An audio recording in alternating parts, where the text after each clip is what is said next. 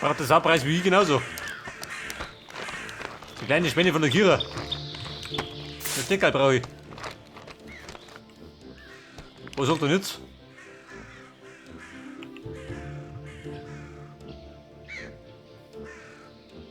Das Geheimnis hat einen Preis. Ich bin mir nicht sicher, ob ich verstehe, lieber Valentin. Welchen Preis? Was verlangst du von mir? Moneten.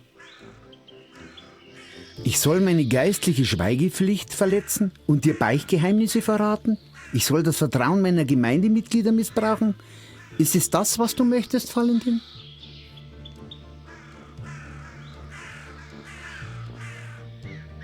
Pass auf. Ich nimm mal das da. Dann soll es so sein. Am Ende wird der Herrgott über uns alle richten. Eben. Aber eines sage ich gleich. Ich verrate dir nur ein einziges Geheimnis. Du hütest schließlich auch nur eins. Über wessen Beichte möchtest du etwas erfahren?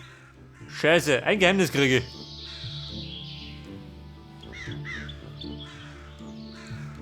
Der Lenz. Oder zum Bürgermeister.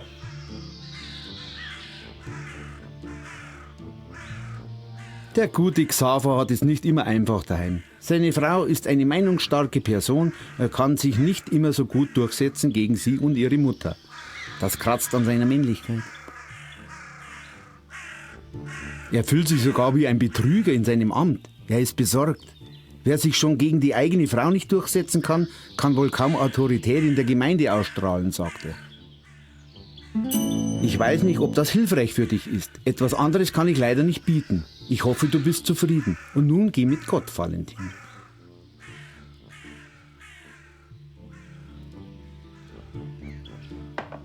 Geile. Danke, ihr Lurz. Der Christbacher, der Bürgermeister. Vielleicht gibt er ein bisschen mehr. Das ist mein Lobby. Du dir hinter der Bank.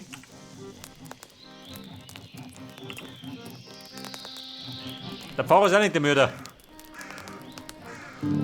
Wir haben also keine Verdächtigen mehr und der Mörder ist weiter unter uns, bedroht das Leben aller und schüchtert alle progressiven Denker im Ort ein? Schmidt, ich bin mir sicher, Sie haben alles getan, was Sie konnten, aber diese Ermittlung scheint in einer Sackgasse zu stecken. Wir werden auf alle Fälle nicht darauf warten, dass der Mörder sich das nächste Opfer unter den liberalen Kräften im Ort sucht. Wenn sie nicht durch ein Wunder doch noch den Schuldigen ermitteln, sehen wir uns gezwungen zu handeln. Wir müssen unsere Vorbereitungen für das Schlimmste treffen. Dieses verdammte reaktionäre Pack wird zur Rechenschaft gezogen. Tun Sie mir einen Gefallen und ziehen Sie den Kopf ein, bis dieser Sturm vorbei ist. Ja, Lobby, ist ja gut. Pass auf, weißt du schon, dass der Doktor hängt? Was? Das kann doch nicht sein. Der Harald! Tot! Diese Viecher! Die wollen uns bloß eins nach dem anderen ausschalten, aber wir werden nicht wie der Rächer auf den Jager wollten. Wir schlagen feit zurück. Schmidt, ich sag einer eins, ziehen Sie einen Kopf ein und warten's ab, bis dieser Sturm vorübergezogen ist. Jetzt mach ich drei bald durch. Wir lösen das mit Scharfsinn. Sauber, sag ich. Sie sind ja gar nicht blöd. So, das war ein ordentlicher Aufstieg. Gehen wir weg, der Löwe. Wo geht noch hin? Habt ihr nicht Treppen gehabt? Da ist er nicht. So, da Leute schon wieder. Wir belisten. 4 Uhr Nachmittag.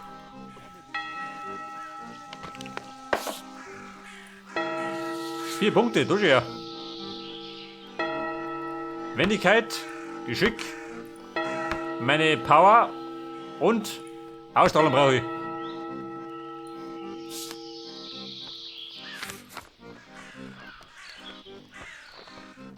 Der Bibelvers. Den bin ich nur auf der Spur.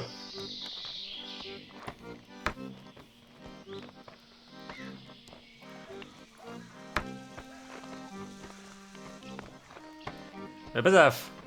Der Bayerle, ebenfalls unschuldig.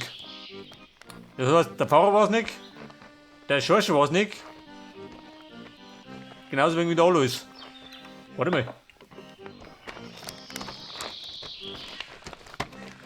Die Schuh putzt.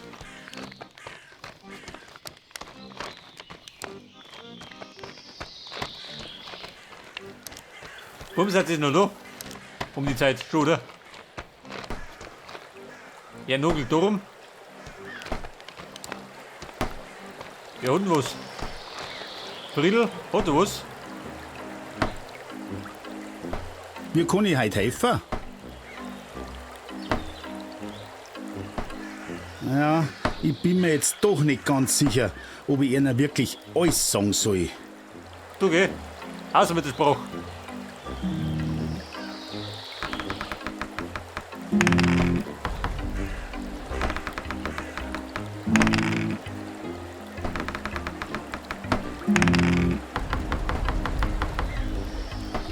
Wo bist du denn? Jawohl. Dieser Ort trägt eine Last auf sich, deren Schwere zu tragen nicht allen Schultern bestimmt sind. Über dem Pfistnerhof, da liegt was. Ein Schatten.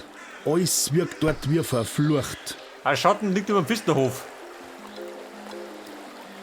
Was möchten Sie wissen? Der Hof ist aus dem Alois seiner Familie. Und der Alois, der betreut den Hof mit der Frau Ursula. Die Frau Ursel, die kommt vom Schormeierhof. Nachdem es da wohl ein paar Mal Streit gegeben hat, ist sie mit Sack und Pack durch die Tür gekommen und ist nie wieder gegangen. Und dann gibt's noch den Burm, den Alois Junior. Der Alois Junior ist aber nicht der Sohn vom Alois und der Ursel. Also vom Alois ja, aber die Ursel ist nicht die Mutter. Vor der Ursel war der Alois mit einer anderen Frau verheiratet. Und die ist gestorben. Der alte Alois hat seine Trauer nie überwinden können. Und auch dem Jungen merkt man an, dass er irgendwie anders ist.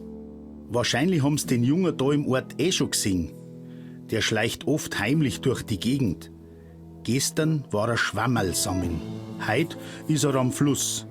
Ein umtriebiger Lackel. Aber das Herz hat er am rechten Fleck. Mei, der tut mir so leid. Naja, und dann gibt's halt noch mich. Für'n Kriegt's kaputt, für die Stadt dumm und für'n Hofstand scheint's aber zum Klangen. Ich bin seit 51 Jahren am Hof. Ich kenn noch den Alten vom Alois, den Walter. Was möchten Sie wissen? Ich rede jetzt nicht vom Teufel, wenn Sie verstehen. Das Haus fühlt sich einfach dunkel und kalt an. Allweil häufiger gibt's einen Besenstreit. Meist schreit dabei die Ursel an Alois an. Welchen Alois ich mein, das können Sie sich aussuchen. Aber auch Vater und Sohn geraten häufiger aneinander. Alles kriege ich in der Knechtkammer auch nicht mit. Aber ab und zu her oder beobachte ich, was sie zu bestreiten haben. Die Ursel hat allweil Angst davor, den Hof zu verlieren. Und dann schreit's an Alois an, dass er nicht mag nur ist, den Hof ordentlich zu führen. Sie führten wie eine Handpuppen. Und für den Jungen hat Ursel nicht ein einziges gutes Haar über. Als er mal wieder richtig schlimm war, da hat die Ursel dem Jungen Alois gesagt, dass sie glücklicher war, wenn er mit seiner Mutter gegangen war. Ich sag ihnen was, das Warnen von dem Burm, das werde ich nie vergessen. Als ob das für den kleinen Burm nicht schon gelangen hat, habe ich vor bestimmt einem Jahr am Rande gesehen, wie der Vater im Streit sein Burm packt hat, zu sich gezogen und sagt, du bist wie eine Krankheit für diese Familie. Solche Worte vom eigenen Vater zum Herrn und dem Hass von der Ursel begegnen zu müssen, ja, das kann doch keiner kleiner Seele frohes spenden. Zum Glück schaut der alte Schormeier von Zeit zu Zeit nach dem Burm. Die verstehen sich ganz gut. Was möchten Sie wissen? Ja, Leute, da geht aber bunt zu. Traurigkeit, Herr Stoderer. Naja, es liegt doch auf der Hand. Hof und Land müssen stets bestellt werden, da verliert der Bauer die Frau und bleibt mit all den Aufgaben allein zurück. Ja, das hat ihn augenscheinlich überfordert. Und das Kind, das ist ja auch noch da. Der kleine Alois, der hat schon ein großes Sackerl mit sich zum Tragen. Mit den Beuteln, die eigene Mutter beim Sterben sehen zu haben. Der große Verlust zu dieser frühen Lebenszeit war für die ganze Familie ein schwerer Schlag, von dem sie sich nie erholt hat. Und dann kommt die Ursula in die Familie. Auch sie hat, wie der kleine Alois, vor Jahren ihre Mutter verloren. Als letzte Frau ihrer Familie war ihr Stand auf dem Hof bestimmt vom Kampf getragen. Und jetzt verliert die Ursula unter diesen schweren Bedingungen auch noch ihren Bruder Lenz. Verstehen Sie jetzt, warum mich diese Lebenssituation bei Zeiten bedrückt? Was möchten Sie wissen? Ich versprich mir Erleichterung. Wahrhaft erlösen wird mich bloß der Tod. Schauen's, ich bin ein Friedl, armer Knecht. sag dir nicht laut. Mein größter Besitz ist mein Wille und die Kraft meiner Arme. Die Armen werden aber auch allweil schwächer. Mir ist vollkommen bewusst, dass mein Weg auf einen Acker in Wolpertshofen enden wird. Den Unterschied wird's aber machen, ob ich in meine letzten Atemzüge dem Herrn für den schönsten Tag dank oder alles so bleibt, wie es gerade ist. Was möchten Sie wissen? Bittchen versprechen Sie mir was. Reden Sie mit den Leuten. Hören Sie ihnen zu und überzeugen Sie es, dass das so nicht weitergehen kann. Ich glaube, einer hören Sie zu. Und reden Sie vor allem erst einmal mit dem Jungen. Ich hab Angst, dass der irgendwann unter allem zerbricht. Der braucht einfach jemand, der ihm zuhört. Der Alois Junior. Also meine neue Theorie ist, der Bub ist der Killer. Ich meine, ein traumatisiertes Kind kann gerade zum Killer werden. Der kann gar nicht anders reagieren. Warte mal, Friedl. Wie kann ich heute helfen? Du hast da was zum Handeln. Aha. Brillenpflegeset. 65 Pfennig. Wucher. Oder eine Brezen. Die mag ich haben. Bin ein Brezensüchtiger. Bei der Pflegeset. Oder Direktkaffer. Wobei die Kohle habe ich. Kann ich mir leisten. Kauft alle zwei ab. Dafür kriegst du von mir meine Pfandflaschen. Leg das. Eine Knochen. Eine Taschenuhr oder nicht stehen.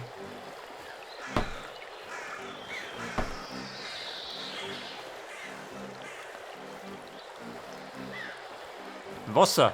Brauchst du Wasser? Bleibt das Salz brauche ich nicht, oder?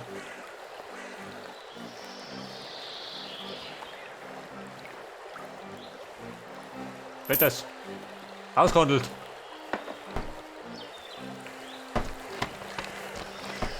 Die Kisten. Die haben wir schon gehabt. Die anderen zwei stehen noch da drüben. So, jetzt werde ich mal das Ding basteln. Die Schubfliegeset. Marke Premium. Und dann gehen wir um zum Pressen.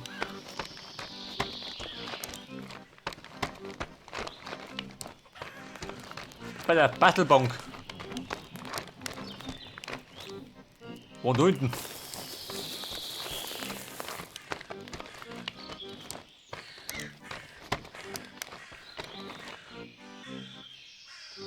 Da kann man reinschauen. Lieber gut, schau, das lassen Sie mal.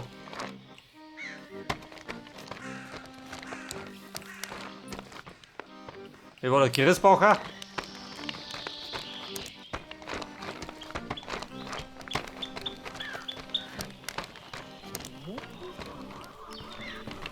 Bei der Zucchini muss ich auch noch.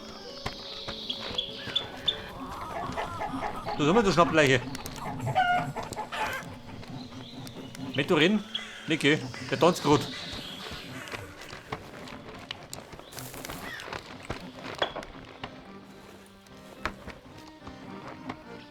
Premium Schubfliegeset. Einmal. Was sagt denn jetzt? Kathi oder Preis? Sie stehen da drum. Kathi, komm gleich.